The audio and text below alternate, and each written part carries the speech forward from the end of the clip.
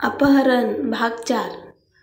राघव सावीला अचलच्या मागे लपलेला पाहतो तेव्हा त्याच्या चेहऱ्यावर एक राक्षसासारखी स्माईल येते. राघव म्हणतो, अचल तू बाहेर जा. अचल बी काही न बोलता बाहेर जातो. राघव पुन्हा सावीचा चेहरा धरतो आणि म्हणतो, यापुढे पळून जाण्याचा प्रयत्न करू नकोस, नाहीतर तुझा लाडका भाऊ तुला भेटू शकणार नाही. राघवच्या तोंडून अभेचे नाव ऐकून सावीचा चेहरा फिका पडला. राघव पुढे म्हणतो, तुला काय वाटलं की जर तू त्याला तिकडे पाठवशील तर तू त्याला माझ्यापासून वाचवेल? सावी राघवला भीक मागते की माझ्या भावाला काही करू नको आणि राघवला म्हणते, प्लीज माझ्या भावाला काही करू नकोस, तू जे सांगशील ते करायला मी तयार आहे. सावी घाबरलेली पाहून राघव सावीला जवळ ओढतो आणि राघव तिच्या अंगावर कोठेही हात लावतो.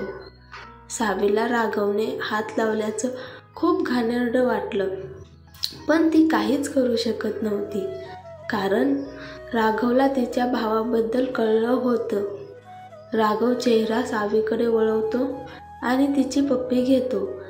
राघव सावीची पप्पी घेण्यापूर्वी त्याला काहीतरी तुटताना ऐकू येते, ज्यामुळे राघव सावीपासून दूर होत जातो.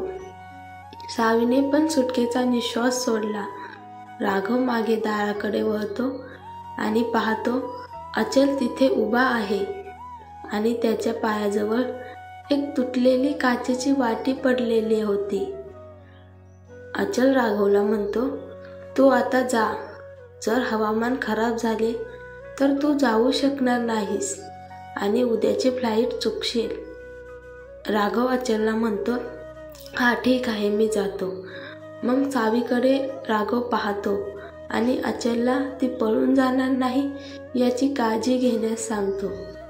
राघव सावीच्या जवळ जातो आणि तिचा चेहरा धरतो आणि म्हणतो,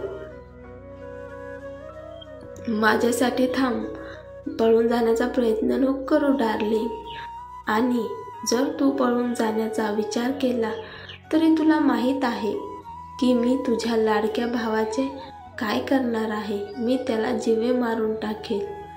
जेव्हा अचल राघवला सावीसोबत असे वागताना पाहतो तेव्हा तो रागाने मुठी तापतो. राघव तिथून निघून जातो. अचलही सावीकडे एक नजर टाकतो आणि राघवच्या मागे जातो. राघव आणि अचल दोघेही तिथून निघून जाते. अचल राघवला सोडून येतो. राघव निघून गेल्यावर अचल सावीच्या खोलीकडे जातो. दारापाशी पोहोचल्यावर त्याला दिसले की सावी पलंगाच्या सहाय्याने जमिनीवर बसलेली आहे आणि तिच्या डोळ्यातून अश्रू वाहत आहेत. अचलला सावीचे अश्रू सहन होत नव्हते.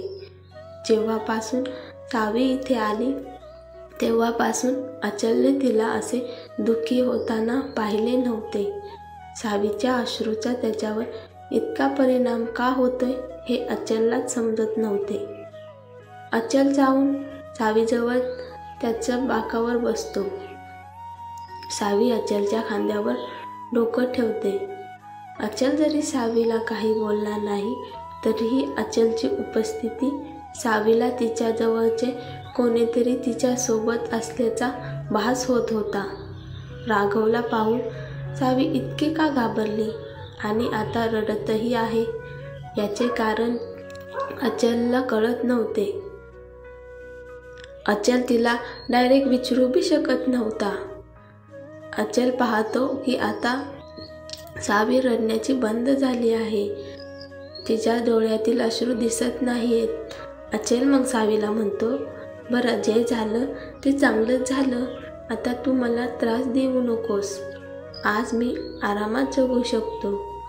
सावी अचलला म्हणते, माझे अपहरण करून तू चूक केलीस आणि त्याची शिक्षा तुला भोगावी लागेल.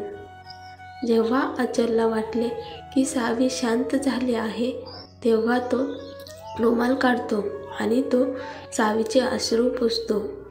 सावीही काही न बोलता रुमाल हातात घेते आणि स्वतःच्या हाताने अश्रू पुसते. सावी अचलकडे बघते आणि म्हणते, थँक्यू अचल. अचल सावीला म्हणतो, असं का? सावी अचलला म्हणते, मला राघवपासून वाचवण्यासाठी. मला माहीत आहे तू ती काचेची वाटी मुद्दाम टाकलीस. सावीचे बोलणे ऐकून अचल लाजतो आणि तिथून उभा राहून म्हणतो, मी का तुला वाचवायला सुरुवात करू? मी तुला पळवून नेले आहे हे विसरू नकोस. आता शांतपणे खाली ये आणि जेवण कर. मला अन्न वाया घालवणे अजिबात आवडत नाही. एवढे बोलून अचल खोलीतून बाहेर पडला. सावीच्या चेहऱ्यावर हलके हसू उमटते आणि ती म्हणते की तू जितका वाईट बनण्याचा प्रयत्न करतोस तितका वाईट नाहीस.